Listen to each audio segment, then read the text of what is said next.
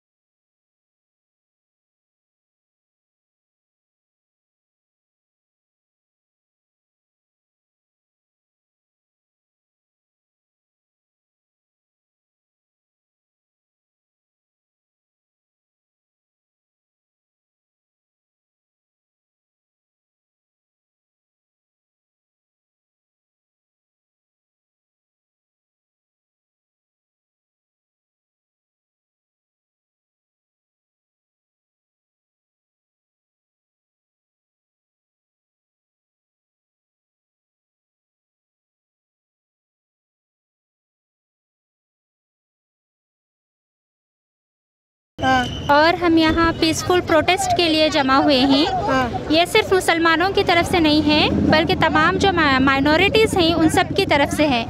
हम इस प्रोटेस्ट के ज़रिए गवर्नमेंट को ये बताना चाहते हैं कि ये प्रोटेस्ट करना हमारा हक है, जो यहाँ इंडिया का कॉन्स्टिट्यूशन हमें ये हक देता है, इसलिए हम यहाँ जमा हुए हैं। और हम गवर्नमेंट को ये बताना चाहते हैं कि आप ये जो कानून लाए हैं, या NRC, NPR और CAA, ये कानून हमें नहीं चाहिए बल्कि इस मुल्क की, इस देश की तरक्की हमें चाहिए। आप हमारे पास डॉक्यूमेंट्स मांग रहे हैं, लेकिन आप ज़रा सोचिए, अगर हम सिर्फ बेलगाम की बात करें तो बेलगाम के हालात बारिश के दिनों में क्या थे। यहाँ के आसपास के जो गांव हैं, गोकाक वगैरह, उनका हाल आप देख लीजिए। उनके घर पूरे पानी में थे, उनको वहाँ से किस तरह से निकाला गया है ये सब जानते हैं। क्या उनके पास डॉक्यूमेंट सलामत होंगे? इसके अलावा हम लोग आधार कार्ड बना रहे हैं, राशन कार्ड बना रहे हैं, वोटर ID बना रहे हैं, कहीं पर भी हमारी स्पेलिंग सही नहीं आ रही। ऑफिस की तो बात दूर की है, अगर हम ऑनलाइन भी कोई फॉर्म फिल करते हैं तो डबल ई की जगह आय आता है और आय की जगह डबल ई आता है। इन हालात में आप हमारे पास डॉक्यूमेंट्स मांग रहे हैं, ये कितनी बड़ी ज़्यादती है इस मुल्क के आवाम के साथ, इस मुल्क की जनता के साथ। Today I am here before to protest against, I strongly oppose this CA, NRC, NPR. This is totally unconstitutional. It is just bringing a turmoil in the country. This is what Modi and Shah wanted. They don't want the real facts what are they covering from the people. They are only diverting the man's. My sister has very well told it, what all he has done, very well she has said, I really support what she did. These ladies have come out from the comfort zone. Just imagine, these are all household ladies. They would have been at home with their children, but they come out from the comfort zone. Can't you see that, Modi? They are just like you are sisters. At the time of election, it was मेरे बहनों भाइयों, where is our बहनों? What are doing? और भारत माता की जय। माता कहाँ है? ये है माता, ये जो खड़े हैं ना यहाँ पे धूप सेकते हुए, ये है भारत माता। नॉट जोग्राफिकली जो दिखता है वो भारत नहीं है। भारत के India because of people India बना है, भारत मैप में नहीं है, लोगों से बना है Bharat. Then understand that first.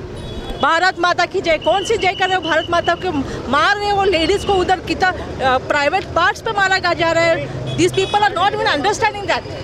You all have to come and speak. I tell all the people, you all have to come and speak.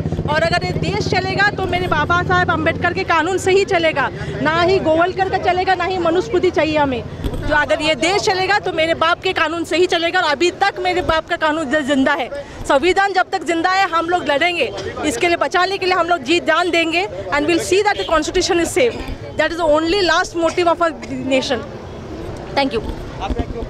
बहुत ही अफसोस के साथ मोदी जी, आपने बहुत ही दिलेरी से कहा था मुसलमान की औरतें रोते हुए ट्रिपल तलाक के लिए आई है आपके पास। बहुत अच्छा कहा था आपने, वेरी डिप्लोमेटिक आंसर। आपने कहा मेरी बहनों के आंसू मुझसे नहीं देखे जाते। फिर कहाँ गई आज की आपके दिल में मोहब्बत औरतों के लिए, जब हिंदुस्तान में हज़ारों की तादाद में शाहीन बाग में औरतें प्रोटेस्ट कर रही हैं, बच्चों की जानें गंवा रही है।